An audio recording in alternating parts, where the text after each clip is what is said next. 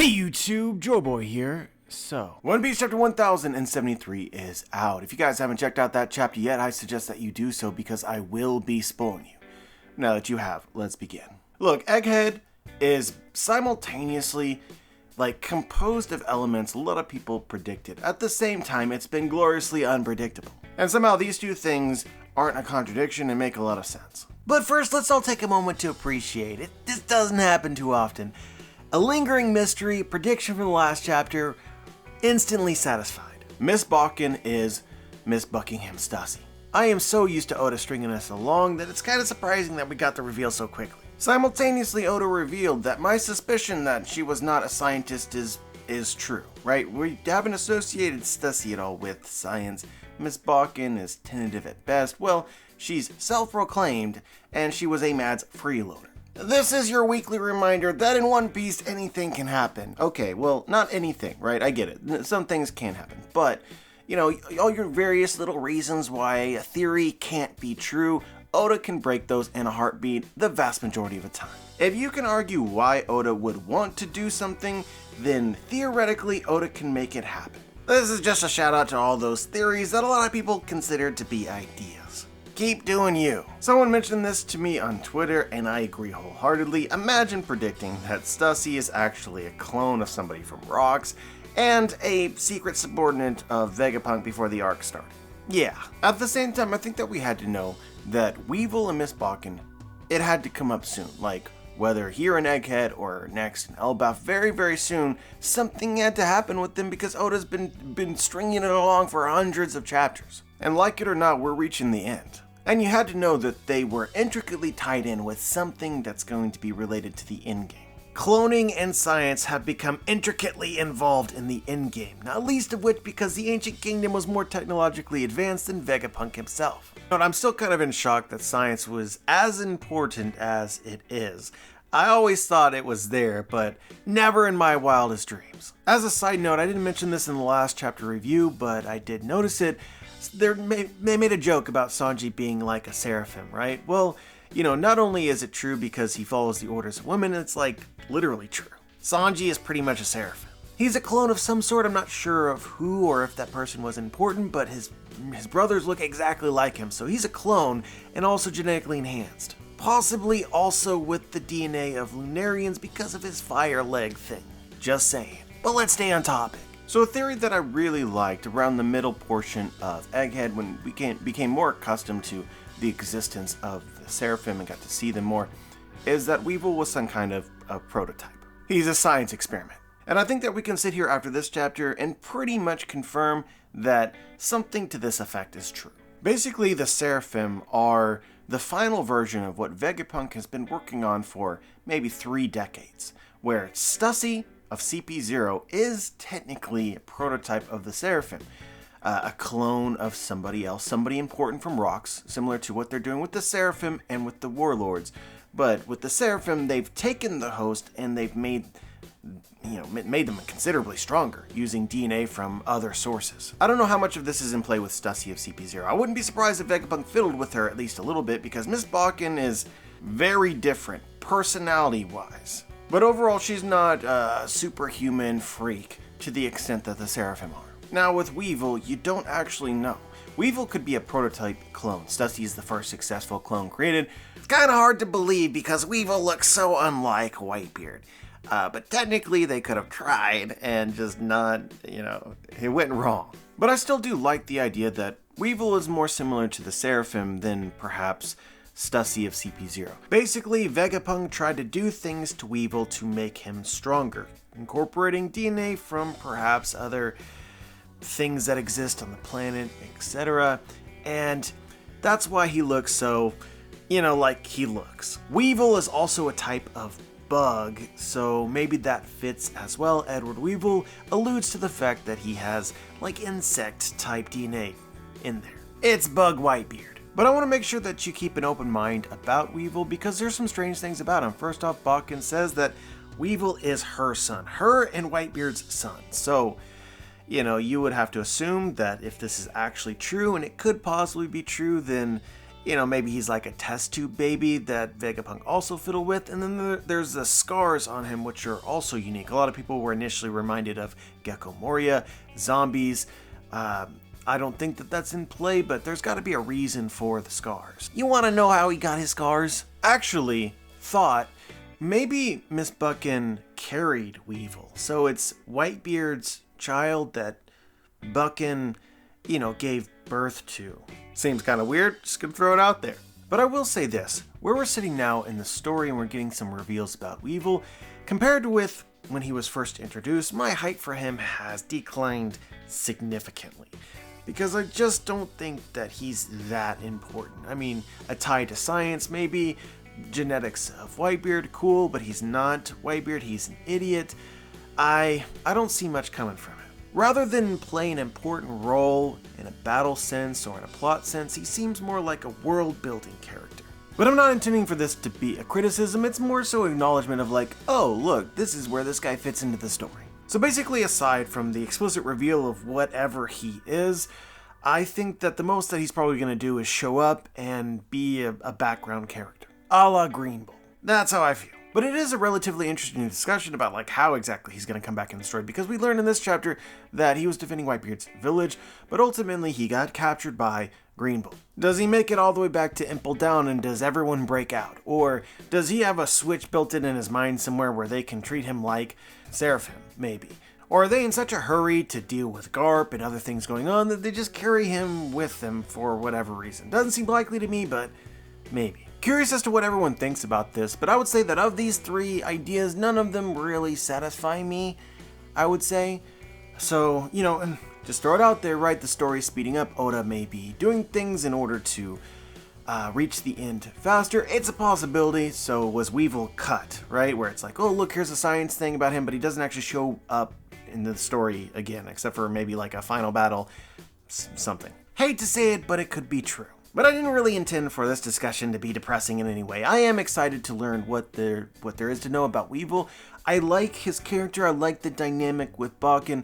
He gives me Lenny vibes from Of Mice and Men, and I just like that character archetype. Kind, but so dumb he is a danger to himself and others. But anyway, we haven't really been talking about this chapter in order. The beginning of the chapter was a pretty brief battle between Stussy and Lucci, where Oda pretty much told us that Stussy catching Lucci off guard was the reason for her victory, but based on what we actually saw, it was pretty impressive. Mainly in the speed department, which seems to be all we really saw here, was the after image technique was a result of how fast she is. And then again, touching Lucci with the Sea Stone is speed feat. I've seen several ideas as for what Stussy's Devil Fruit could be, but by far the best one is the succubus idea. And really the thing that stands out to me most is why I like this so much is, number one, her bite does something to people, makes them fall asleep, which seems to be of mythical quality, and she was the Queen of the Pleasure District. So for the Queen of the Pleasure District to literally be a succubus is just like Oda would, right? It's also interesting when you compare to Bakken. Bakken is supposedly the mother of Weevil, so Bakken had a child with Whitebeard to make Weevil, but there's no doubt that this was not consensual in any way with Whitebeard. Whitebeard had no part in this, which is actually very similar to some of the lore that surrounds the succubus. Like, succubi steal men's semen, basically. They're also often depicted with wings of some sort, not necessarily bat wings, but gargoyle type wings also work, so there's creative liberty there, and they're also associated with sucking blood. I don't know about biting people, making them fall asleep, but that would certainly be a useful tool for succubus to accomplish its objectives with men. So I could see why Oda would give that ability. More so in folklore, succubus do this when men are already asleep, but for her to have an ability to make them sleep fits. So all of this really works for me. Anyway, I pretty much laughed uncontrollably when after Stussy attacked Lucci, it pans to Zoro and Zoro's like, friendly fire, huh? I don't even know, but I died. But to continue on the thought from the last chapter, Vegapunk goes on to explain that Stussy was actually secretly a mole for him the entire time. The government never knew, pretty much as we discussed before, and I remained totally blown away with Vegapunk's foresight. He says that, no, it was never my intention for it to end up this way. I half don't believe him, but why would he lie? Are you trying to be humble? You humble genius? Vegapunk is just a really interesting character to analyze. I feel like Oda is pretty purposeful with him, but my 2 cents here is that Vegapunk is pretty hypercritical on himself. So he could be doing a lot of genius things, but not necessarily believe it to be as smart as maybe everyone else would see it. Like with Weevil, who I think Vegapunk literally threw into the trash. My theory is that he never intended for Stussy to become a member of CP0, however, at some point in time she got the invite. And I bet he was pretty thrilled about that. And yeah, regardless of whether it's intentional or not, I'm giving him all the credit. Even the ability to keep it a secret for so long says a lot. I mean, there was probably many times which Vegapunk could have called Stussy or might have needed Stussy for something, but 20 years later, it's like, finally, you know what? Let's cash in this card. We move on and we see some clashes between characters in the Seraphim. The Zoro Mihawk one was pretty awesome. Zoro is just awesome in general, and that's, I mean, you don't even need to say it, right? He brings the heat. Sanji also gets a small clap for his actions, but ultimately the Vegapunks finally got control. And finally, we end the events in Egghead in this chapter with a really weird panel. It says, and this is like a narrator box, a truly unexpected development, Dr. Vegapunk's main Stella body has vanished. Was everyone else weirded out by this? I feel like it would take a lot of words to explain why this is weird, but like, why was the narrator box commenting on Stella? Like, did they actually disappear somewhere? Because I just thought that they were in a room. So if they just appear in the next chapter and they come out of the room, it's like, oh hey, he was there all along. Why the hell did the narrator need a comment? My tentative headcanon is that Vegapunk freaked out when Bonnie opened up the Kuma door. And so he freaked out, used we saw when he first appeared, he did something sciencey and weird. He appeared out of thin air, and was doing weird things where he was falling through stuff. I think he used that ability on Bonnie and maybe ended up somewhere unexpected. Like really unexpected. So not on Egghead somewhere. I'm curious what you guys think about that. Because if he just shows up on Egghead somewhere else, even if it's not from the room, I don't see the point. But yeah, right now we're in a really strange place in the arc because CP0 is accounted for, they're taken care of, they're wrapped in sea stone, they're done. And the Strats seem to have won. All the Vegapunks are fine. Stella might have disappeared with Bonnie someplace else, but that's just a theory, so you can't take that as fact quite yet. What happens now? Kizaru said that he had a plan, and we might have gotten some insight as to what this plan actually is at the end of the chapter, because we pan back to Kizaru, and inside of his ship is one of the Gorosei. The first time we have ever seen them move outside of Mary Joie ever. And this time Vegapunk's not going to have Stussy whispering in his ears about what the government is about to do. I don't think that Vegapunk is going to expect this at all. So, can the Gorosei fight, right? I think that that's a question a lot of people have been curious about for a long time. I've been skeptical. His name is Saint J. Garcia Saturn, so I do think that he can fight. Do I think that he's like a top tier, that he's going to be able to fight one versus Luffy? No, I don't think that, but I think that he'll fight enough in order to survive. But the big thing that he brings is that he is higher on the chain than Vegapunk in regards to controlling the Seraphim. There is no doubt in my mind that this is going to come up. So, tentative headcanon right now, they're looking for the Stella Vegapunk who has disappeared. This is going to create a diversion for them, I guess, or maybe diversion is the right word. They're going to be wasting time when they could have escaped looking for Vegapunk. This is going to give Kizaru opportunity to arrive. They're not going to expect the Gorosei to be there. He's going to be able to take back control of the Seraphim, and that's going to be bad news. That's kind of how I see it. It should also be pointed out that we still do not know why the shields around Egghead went down. Who did that or why that happened? So that seems like a pretty big omission, so it seems like we still have quite a lot of Egghead left. It's not over. But let's take a step back and just appreciate the fact that a Gorosei is on his way. This has been something that I've wanted for a really long time, and I wasn't sure how it was going to happen. And I don't care that, no, it's not all five, I don't care. One of them is going to be here and be able to have a conversation with the Strides. I am so unbelievably hyped for that, and I have no idea what to expect or what Oda is going to do, other than that he's probably going to have that Gorosei say something awesome. Please. There's also been some discussion about his name, Saturn. Surprisingly, I don't find this all that interesting at the second. It just seems like, the Gorosei are the 5 elder stars. When you look up into the night sky, the planets of our solar system look like stars. In fact, they're often brighter than normal stars. We also know that celestial dragons wear spacesuits, so they I mean, the name of one of the Gorosei being Saturn could imply that his original home was out in space. That could be true, and that's pretty much where my thoughts end here. But it could really be as simple as the 5 elder stars, and then look, one's named Saturn, which if you looked in the sky in Saturn, when Saturn is visible, it's like a bright star.